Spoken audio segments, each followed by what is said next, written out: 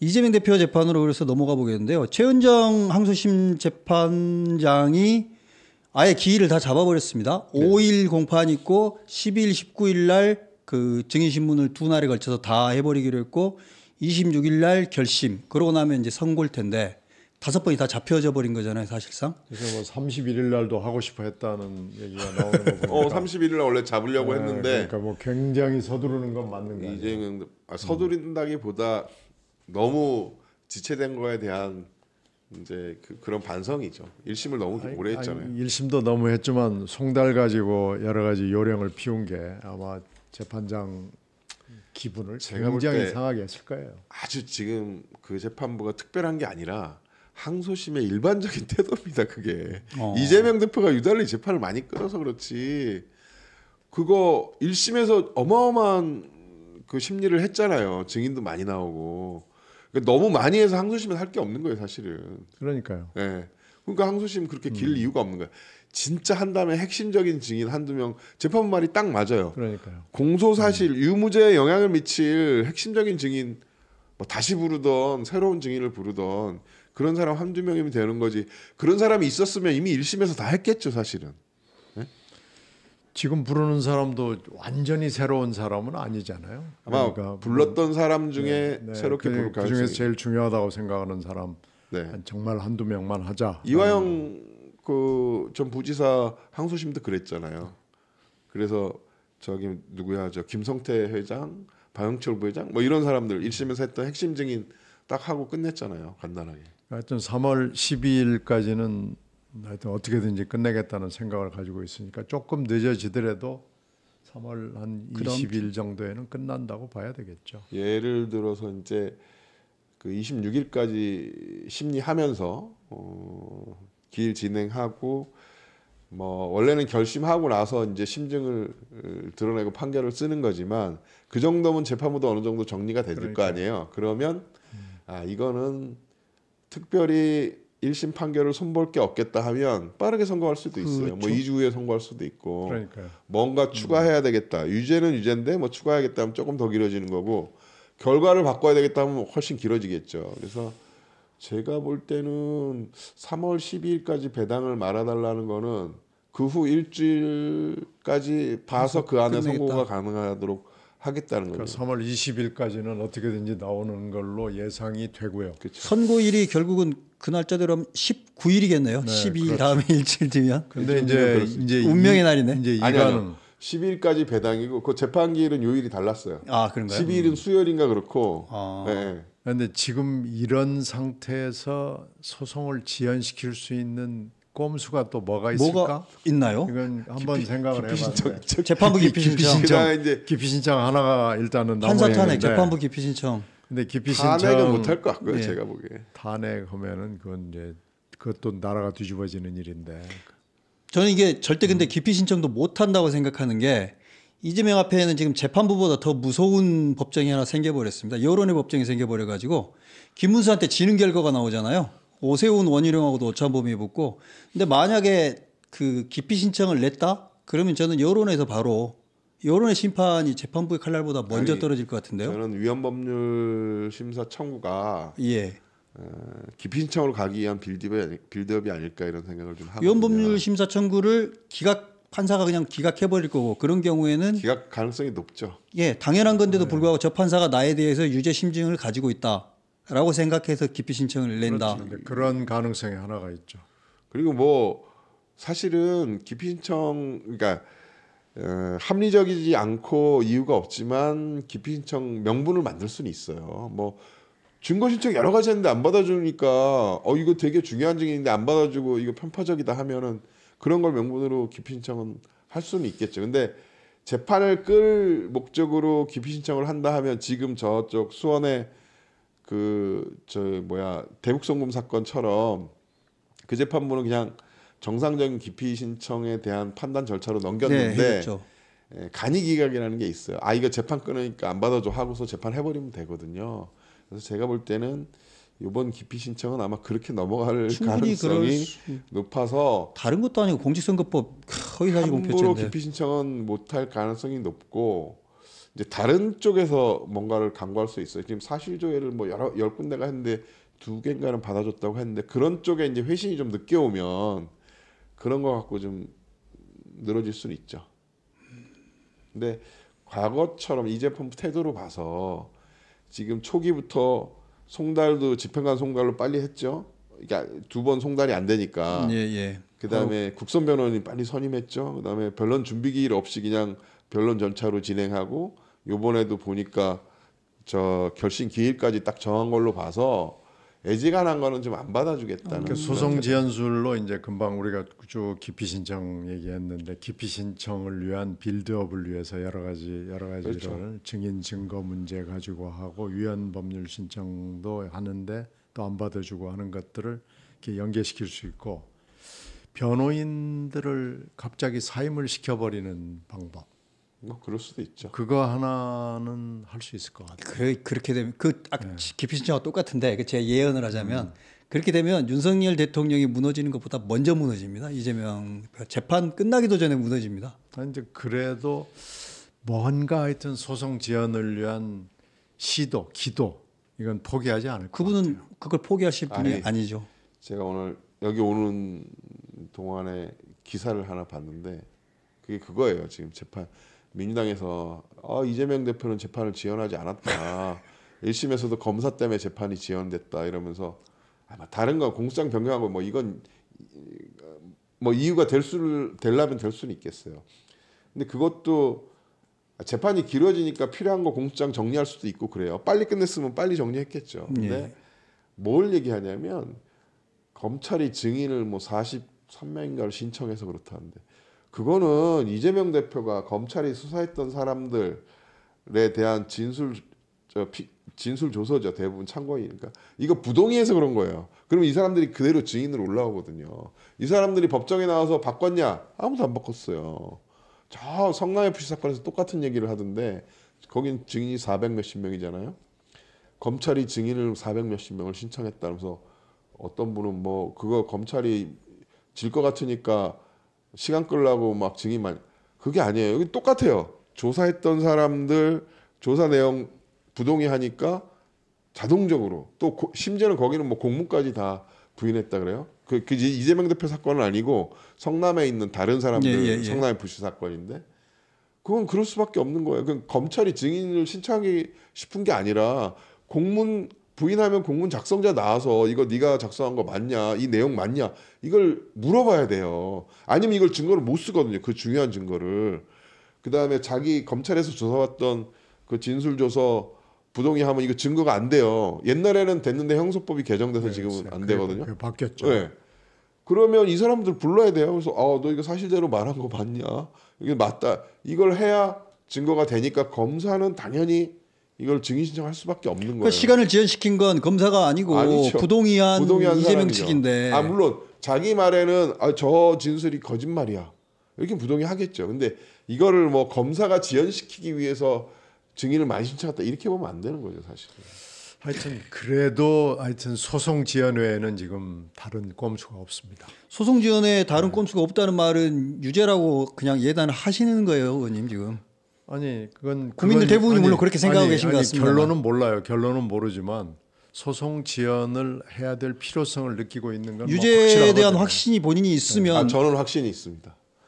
왜냐면 그러니까 골프 그것도 진짜 웃기던데 언어학자를 감정시키자고 하는데 그거 아마 재판부가 적절히 반박한 것 같아요. 대법원 판례에 따르면 이건 유권자 기준으로 봅니다. 유권자가 어떻게 수용하느냐 그 얘기를. 내가 골프를 친 것처럼 사진을 조작했다. 이 얘기를 유권자가 어떻게 받아들이냐 문제예요. 저는 당연히 골프 안 쳤다고 얘기하는 걸로. 저도 그렇게 받아들여요. 처음 그 얘기 들었을 때 골프 안 친 줄 알았어요. 네. 그러니까, 마치 제가 골프를 치기라도 한 것처럼 사진을 조작했다. 정확한 표현이 그겁니다. 맞아. 그러니까 그거는 골프 안 쳤다는 얘기잖아요. 그럼요. 저는 그렇게 해석을 했고 그 당시에 제가 받아들일 때도 저 사람 골프를 안 쳤나 보다. 그러니까 검찰이 그러니까 옛날에 사람들이 언론에서 김문기 몰랐다와 백현동 국토부 압박이다 이 두 개로 나눌 때 저는 몇 번 지적을 했어요. 이거 골프 안 쳤다는 부분이 따로 검사가 지금 그 사실관계를 넣어놨다. 그래서 그 판단이 나온 거예요. 근데 그것도 김문기 몰랐다에 포함되는 게 아니라 검찰 얘기는 야 이거 공무로 여행 가서 골프 쳤다고 문제가 되니까 지금 그거 선거 기간에 그거 부인하기 위해서 한 거다. 김문기 몰랐다 안 해도 그것도 연관이 되지만 이 부분도 따로 중요하게 본 거예요. 검찰은. 그 백현동은 왜 1심에서 그거를 증거로 안 낸지 모르겠는데 그때 대법원 판결은 안 나오고 항소심까지 저 백현동 김인섭 씨 판결이 유죄 판결이 나왔잖아요. 거기 보면 용도 변경, 로비해서 용도 변경하고 그다음에 도시공사 배제하고 주거 비율 축소한 건 사실이다라고 그 로비가 있었고 정진상을 통해서 그게 관철된 거 사실이라는 판결 내용이 있어요. 예를 들어서 용도 변경이 그것도 2단계 원래 이쪽에서는 2단계 요구했었잖아요. 그것도 2번이나 거부하다가 맞아요. 나중에 4단계를 해준 건데 그게 만약에 국토부 압박 때문이라면 나머지 이 특혜들은 없었어야 돼요. 그럼요, 당연하죠. 그러니까 이게 얼마만큼 중요한 증거인지를 알 수 있잖아요.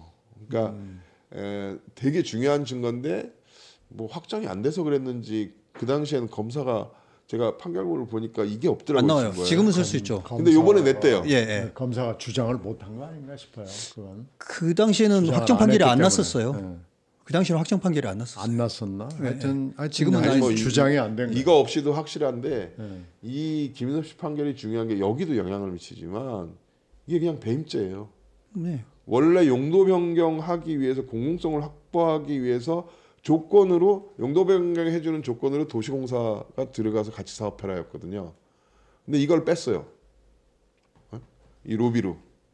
그래서 이게 배임죄라는 거거든요. 도시공사가 사업을 했으면 적어도 200억 이상 벌었을 텐데 이걸 못 벌어서 손해를 끼쳤다. 그래서 저는 그 200억에 저는 절대 동의 못 하겠어요. 그게 어떻게 200억입니까? 그 아파트로 벌어들인 돈이 얼마인데. 아니 원래 이제 뭐 10% 이렇게 얘기가 있어서 이제 그런 걸 기준으로 최소 200 몇십억이에요. 그 이상 되는데 하여튼 최소 그거다 이렇게 금액을 정확하게 특정할 수는 없고 그때 뭐 도시공사가 그쪽하고 협약 맺어서 딱 계약해 놓은 게 아니니까 그쪽에서 제안했던 게 있어요. 그거 기준으로 이제 따진 거고 또 하나는 이재명 대표 재판이 뭐 요 두 가지 아니더라도 공직선거법이 아니더라도 지금 위증교사도 이제 문제가 있고 그거는 왜 기일이 빨리 안 잡힌지 모르겠는데 위증교사는 왜 아무 소리가 없는지 그 뭐 인사이동하고 관련이 있는 모양이에요. 그럴 수 있어요. 그럴 인사이동 수 있어요. 소리 재판부가 들었습니다. 인사이동이 어차피 있으면 연초에 인사이동을 앞두고 있기 때문에 손을 안 대고 지금 그대로 둔 것 같은데 상당히 지금, 단순하게 빨리 끝날 수 있는 지금, 사건이거든요. 지금 그것도. 사실상으로는 뭐 재판 준비 기일이라도 한번 했어야 되는데 배당만 되고 아무것도 안 일어나는 게 조금 이상하긴 하죠. 이미 항소 이유서 다 제출돼 있고 기일만 잡으면 돼요. 제가 볼 때. 그 사건은 사실 증인도 별로- 필요 없는 거 아닙니까 별로 지금? 심리할 일이 없어서 제가 보기에 검찰이 시작하자마자 바로 결심해야 되는 거야. 김진성 씨를 한번 불러올 수 김진성만 한번 이게 부르면 왜냐하면 대법원이 요즘은 1심 심리를 상당히 충실하게 하기 때문에 새로운 증거라든가 특별한 게 없이 함부로 1심을 바꾸지 마라는 그런 기조가 있거든요. 대법원이. 더군다나 이 사건은 뭐 아무 복잡한 논란이 없기 때문에 복잡하지 않은 걸 1심 판사가 복잡하게 일심 만들어서 판사가 고의를 그냥 완전히 이게 살라미처럼 잘라놔가지고 잘라서 그런 건데 그렇게 하는 바람에 지금 저건 아마 시작하면은 바로 결심을 할 수밖에 없는 사안이고 1심 결론을 뒤집어서 유죄로 갈 가능성이 굉장히 높은 아마 사건이죠. 제가 볼 때 조기 대선이 치러져도 그 전에 판결 나올 게 이화영 전 부지사 대법원. 네. 그 이미 그러니까 이화영 부지사는 성달의 문제가 없어요. 그건 그렇죠. 구속돼 있기 때문에 예. 수감인이라 구치소로 송달하면 바로 받더라고요. 지금 그래서 절차가 다 밟아졌고 국선 변호인이 사임을 했더라고요. 그래서 사임해서 새로운 국선 변호인이 오늘인가 선임이 돼서 거기도 이게 소송 기록 접수 통지라는 걸 해요. 예. 대법원에 소송 기록이 왔다 이렇게 당사자 통지하면 그때부터 20일 내에 상고 유서를 내야 되거든요. 그 기간이 지금 지나고 있어요. 그래서 그거 내면 이제 선고를 아무 때나 해도 상관이 없거든요. 이제 대법원이 이제 상고유를 그 살피고 사건도 사실 뭐 이미 다 1, 2심에서 충분히 심리가 많이 진행이 심리가 됐기 됐고. 때문에 그리고 그 사건은 사실은 이재명 재판하고 뭐 거의 오버랩이 돼 있는 사안이라서 거기서 되게 중요한 것들이 이제 이런 쌍방울 쪽 관계자들, 그러니까 이재명 대표와 반대 이화영 전 부지사 반대쪽에 있는 사람들의 신빙성을 전부 인정했다는 게 되게 중요합니다. 저는 그것도 있지만은 네. 여기 외교적으로 네. 미국 정부가 가만히 있을 수 없는 상황이 생길 것 같아요. 그러면은 미국 정부에서 나오는 리포트에 이 케이스가 실리게 되면 이 얘기가 좀 달라집니다. 보이스 오브 아메리카에서 계속 그거 최근에 떠들었던 거 보면 그렇죠. 국무부 쪽 공무원들도 좀 불편함을 느꼈던 것 같고 미국 쪽도 이게 그렇죠. 불법 대북 송금 국제 제재 위반이고 미국 국내법 위반인데 그리고 미국 제재 보고서에 그게 이제 한 귀퉁이라도 들어가게 되면 이건 얘기가 좀 달라집니다. 그다음에 리포트가 이제 나오게 되면. 의외로 중요한 사건이 김혜경 씨 그 선거법 사건이었어요. 1심에서 150만 원인데 거기는 논리 구조가 되게 중요합니다. 그게 실제로는 배모 비서가 있잖아요. 예. 직접 자기가 법카 가지고 뭐 사람들 결제하고 이게 아니라 그 밑에 비서들이 한 거거든요. 시키죠. 네. 예. 그래서 나는 모르세요였어요. 근데 유죄가 인정됐잖아요. 그 구조가 어디에 들어가느냐? 아하. 이재명 대표 법카 그다음에 공용 차량 거기 사건에 그대로 그 구조가 딱 들어가거든요. 이재명 대표도 나는 뭐 내가 직접 한 게 아닌데. 지시 없이 일을 할 수 없는 사람 의무 없이 일을 시켰으니까. 근데 이제 좀 수사기관에서 그 이상한 판단을 한 번 있었어요. 그 대리 처방과 관련해서 예, 예. 그 대리 처방은 의사 처벌 받았어요. 근데 이재명 대표는 무혐의였어요. 저 김혜경 씨하고 둘이. 그건 왜 그랬죠? 자기가 먹는 약인데, 예? 그러니까 지시하지 않았다는 거죠. 그러니까 중간에서 끊어진 거죠. 이 비서들이 약 타다가 갖다 놓은 비서들이 시키지 않았습니다. 뭐 이렇게 해서 심지어는 그 배모 비서는 그 공직선거법 사건에서 이거 내가 먹으려고 했습니다. 그게 거짓말이라는 것까지 허위사실이라는 것까지 인정을 했어요. 그럼 자기가 먹을 거 아니에요. 김혜영 씨가 먹을 거라는 게 인정이 됐거든요. 근데도 무혐의였어요. 근데 이 사건은 그 경기도 법카 유형 사건은 그 구조. 김혜경 씨가 직접 법카를 사용하거나 뭐 이런 데 대한 직접 증거는 없지만 나머지 간접 사실을 가지고 그걸 인정을 했어요. 근데 이재명 대표는 그거보다 더 가까운 관계죠. 공무원들이 자기 공무원들이고 이러기 때문에 그래서 그 부분에 되게 중요한 판결이 그 구조가 있는 거고 나머지 사건들은 대장동 재판 같은 경우는 이제 이동현 판사가 만약에 이제 어차피 이제 김동현 판사. 김동현 판사죠. 아니 그 양반 참 인상적인 일들을 많이 했는데 아무튼 그 양반이 사라지고 나면 쪼갤 가능성도 생기는 건가요? 불가능한 건 아닌데 그러니까 검찰은 그걸 요구했었어요. 그러니까 거기 사건이 네 가지잖아요. 위례, 재당동, 백현동, 성남 FC. 예. 그러니까 성남 FC는 아예 성질이 다른 사건이고 예. 그다음에 위례는 이미 심리가 끝났어요. 예. 별도로 선고해도 되긴 돼요. 그래서 검찰은 이거 분리해서 선고해달라 막 이랬었고 이재명 대표 좀 당연히 아닌다고. 근데 지금 같은 그 유동규 씨 있잖아요. 증언을 9길. 요번에 그 헌재에서 김동현 장관은 1시간 반 한 번 하잖아요. 유동규는 하루 종일 오전부터 저녁 때 오후 6시까지 해서 그걸 9기를 대장동 사건에서 증인 신문했어요. 지금 진행 중이에요, 아직도. 그러니까 그 정도로 신문을 많이 하기 때문에 저는 너무 많이 중복되기도 하고 사실은 이렇게 기소된 거하고 사건 구성이 뭔가 잘못된 것 같아요. 법원 배당이나 이런 게. 왜냐하면 대장동 본류 사건도 아직도 몇 년째 하고 있긴 한데 거기도 똑같은 내용을 다투는 거예요. 여기서도. 그건 하여튼 기소에서부터 너무 좀 무리하게 됐어요.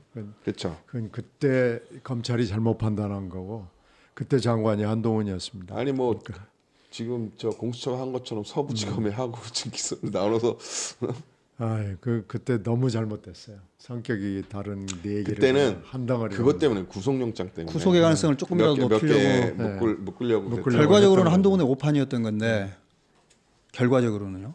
이걸 근데 다시 쪼갤 수 있는 가능성이 아예 없는 건 아니다. 그럼요. 뭐 그건 분리할 수 있죠.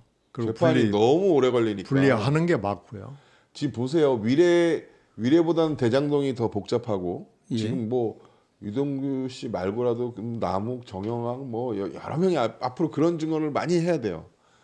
그 다음에 백현동도 꽤 많은 증인들이 와야 되고 물론 이제 백현동은 좀 더 가볍긴 해요. 이쪽 이미 확정 판결이 하나 있어서 성남 FC는 논리 구조가 매우 심플해서 증인들이 뭐 논리 구조는 몇십 명이 심플한데 보셨잖아요. 성남시의 성남 FC 사건 증인 400명 넘는 거. 여기 지금도 성남 지원에서 진행이 안 돼요. 지원해서 진행이 되고 거기는 있죠. 검찰이 기피 신청했어요. 그 문제인데 그것도 재밌는 사건인데 수사했던 검사들이 이제 시간이 오래되니까 다른 지역으로 발령이 나잖아요. 그럼 여기 와서 공소유지하라고 직무대리 명령을 내려요. 그것 때문에 시끄러웠죠. 네, 그 직무대리 명령이 잘못됐다고 그러면서 그 공판에 참여하지 마라 하고 밖으로 쫓아냈거든요. 법정 밖으로. 근데 그게 어디에 판결이 들어있느냐? 이화영 씨 판결에도 똑같은 내용이 들어서 거기는 유효하다고 직무대리가 유효하다고 명시적으로 판단이 서 있어요. 그런데 판사가 그렇게 하는 경우를 저는 처음 봐요. 되게 그렇게 안 하거든요. 그리고 그런 이렇게 파견해 가지고 하는 경우가 굉장히 많아요.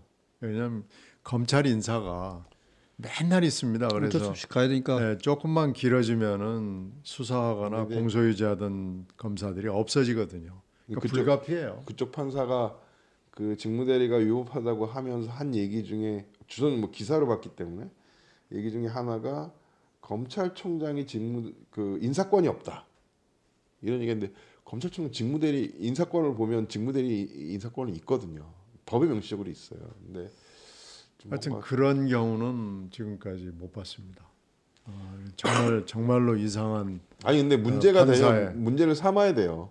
관행적으로 그렇게 해왔을 수도 있고 그래야 뭔가 바뀝니다. 근데 다음부터 하지 마라 그러고 이게 경고를 한번 해야 되는데. 경고인데 안 들었잖아요. 갑자기 재판하다가 당신 나가 뭐 아니요, 이렇게 되고. 그거를 몇 달 동안 한 두세 달을 그렇게 했어요. 그 그래요? 근거를 대봐라, 뭐 법적 근거를 대라. 그러니까 뭐 이런 하여튼 전차는 좀 있었구만요. 네. 예. 잠깐만요. 잠깐 광고 말씀드리겠습니다. 김오스카님 2번이나 후원해 주셨고 소망님, 한미애님, 라온님 감사합니다. 제가 이런 거 잘 소개를 못 해드리는 매우 못난 유튜버라서 죄송하고요. 이제 하시는군요. 여러분들의 이렇게 지지와 후원으로 방송을 이렇게 재밌게 하고 있습니다. 정말 감사합니다. 예, 방송 계속하시죠. 그러니까 이제 이게 다 연동이 돼 있잖아요. 그리고 이제 제일 중요한 것은 국민들이 어떻게 보면 12.3을 겪고 그 이후에 벌어지는 뭐 여러 가지 이상한 일들, 윤 대통령이 담화만 하면 거짓말하고 또 그걸 뒤집어내는 기사들이나 수사 결과가 흘러나오고 이러는 걸 보면서 윤석열은 마음에서 지워진 것 같아요. 국민들 마음에서. 특히 보수 쪽이라고 생각하는 사람들도 창피하다라는 얘기를 하는 것 같아요. 그래서 마음속에서 X가 쳐져 있는데 자 그러면 어떻게 되냐? 자 그러면 정권 교체를 해야 될 것 같은데 누구냐?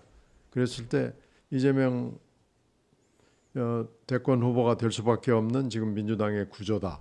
그리고 여론조사도 압도적이다.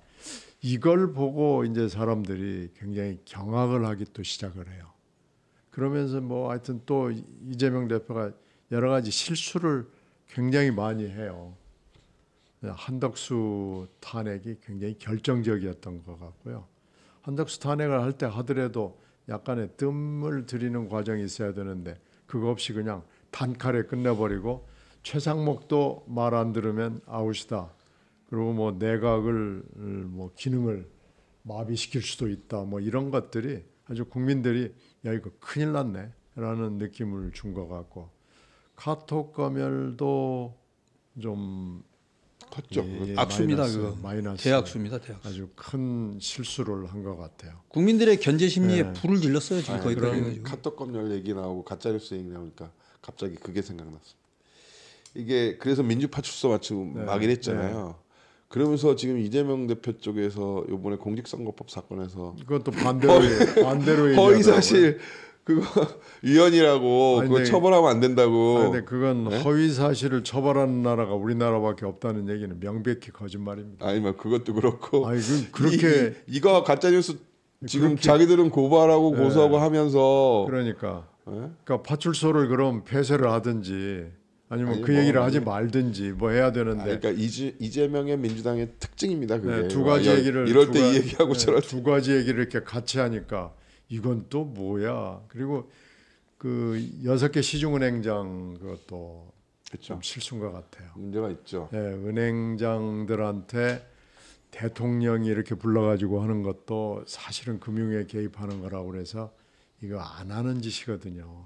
이런 게다가 건 무슨 어느 은행 네. 광고한다고까지 뭐라 그러는 거는 이재명은요 은행장 불러가지고 거시경제에 결혼을 주려고 했던 건 아니고 광고 끊으려고 자기가 했나? 미워하는 회사 광고 끊으려고 한 거예요. 그러니까 그 회사는 물론 문제가 있는 회사기는 한데 정중 불러다가 매점 아줌마 쫓아라고 한 거예요. 아니 그건 이제 다른 방법이 얼마든지 있을 수 있는 건데 그 은행을 꼭 집어가지고 그 하지 않는 것이 좋겠다고 얘기를 유치한 하는 일이죠. 그게 그렇게 할 필요는 없는 거죠. 그래서 한 당의 대표가 그런 일을 할 일이 정말. 이런 일들이 시리즈로 나고 하는 걸 보면서 사람들이 확인을 한 거예요. 아, 입법권과 행정권이 결합이 되는 사태가 벌어지겠구나. 거기에 대한 공포가 되게 큰 것 같아요. 이거 큰일 났구나.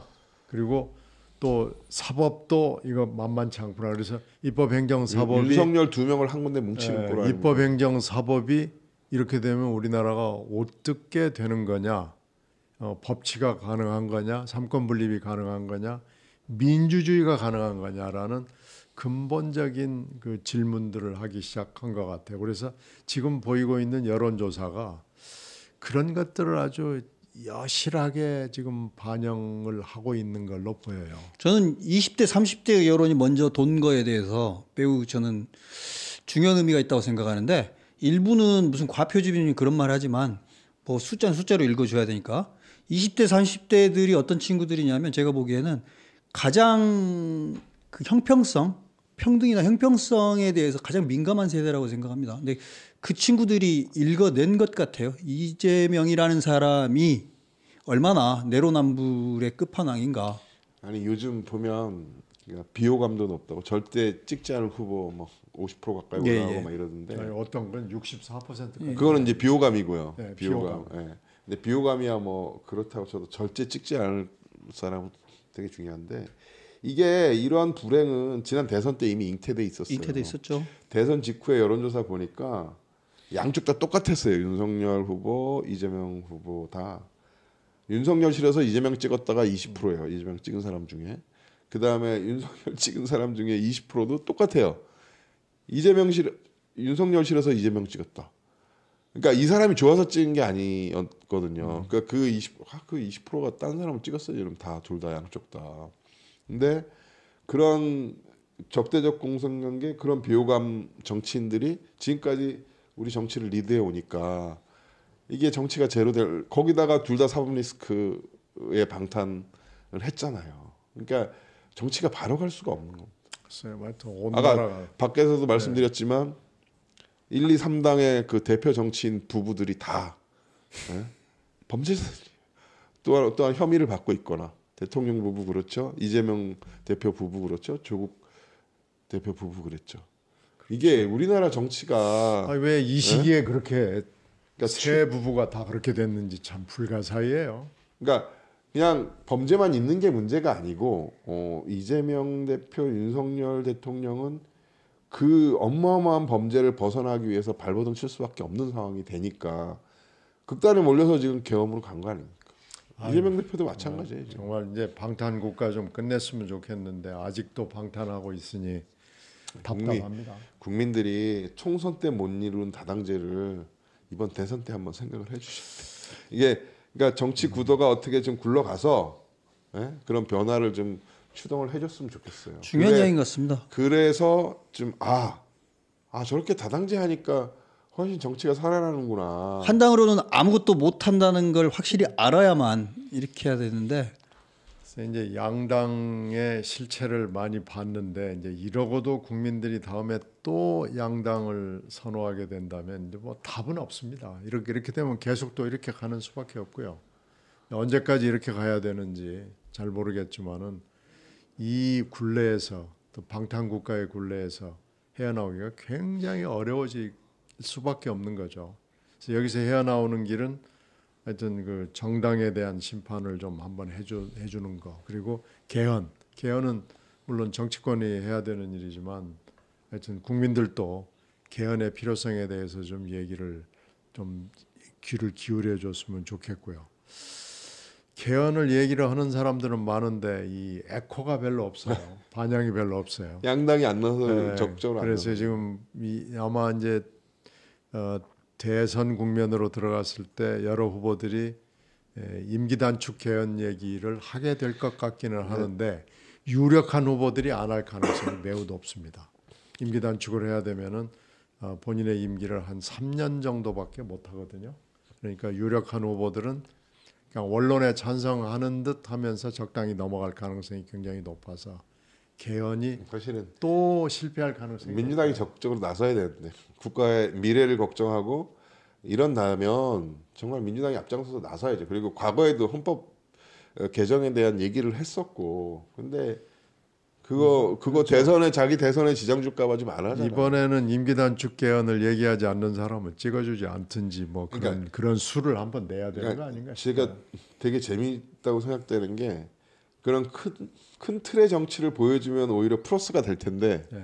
거꾸로 가니까 오히려 점수를 까먹고 있는 거예요. 이렇게 사람이 작아 보이고 그러니까 얕은 술수만 부리는 것 같고 전부 그런 선택만 하잖아요. 신경님 며칠 전에 YTN 나가셔가지고 들러리 이야기를 하셨던 것 같은데 네. 어떤 취지로 하셨단 말씀이세요? 정말로 그분들은 결국은 이재명의 스파링 파트너 그 정도의 역할밖에 못 할 거라고 생각하는 건가요? 그리고 그런 거라도 하겠다고? 민주당 쪽에서 이제 이재명을 추종하는 세력들은 이재명 혼자 나갈 수는 없기 때문에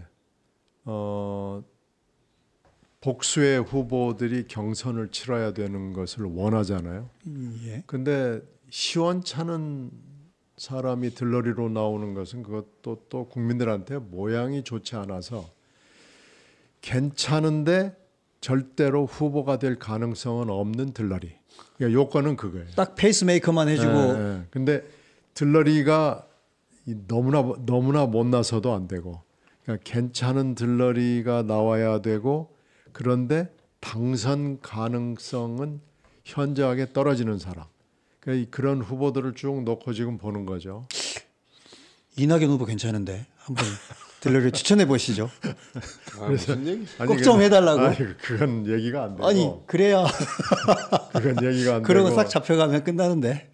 그 사람들이 선호하는 들러리는 있어요. 민주당도 저렇게 가면 안 되고 제가 볼 때 분리가 돼야 돼요. 그럼요. 분리가 돼서 국민의힘도 좀 그런 얘기 제가 많이 합니다. 저도 민주당에 있을 때도 마찬가지고 지금도 마찬가지인데 국민의힘에서 주자들 보면 유승민 의원은 참 합리적이고 괜찮아요. 나오면 될 것 같은데 제일 나은 것 같은데 오히려 거기서는 배신자 소리 듣고 당내 지지율 1%입니다. 아니 그러니까요. 참 희한한 무리. 그러니까 민주당 지지자들은 그렇게 봐요. 저 사람이 나오면 만약에 후보 추천을 받으면 위력적이고 힘들 것이다 이렇게 생각을 하는데 제가 민주당에 있을 때도 그랬고 근데 이 자체적으로는 이쪽에서 바라보면 민주당도 똑같아요. 이재명 대표 말고 다른 합력인 사람은 훨씬 위력적일 것 같은데 꼭 그렇게 고집을 하는 거죠. 그래서 그게 지금 양당의 현실인 것은 맞죠. 그래서 아마 이재명 대표가 선호하는 후보가 누구라고 제가 얘기는 들었어요. 근데 말씀을 드릴 수는 없지만 우리 부겸해지실 것 같은데 절대로 당선 그러니까 당 후보 대선 후보가 될 수는 없는데 근사한 사람.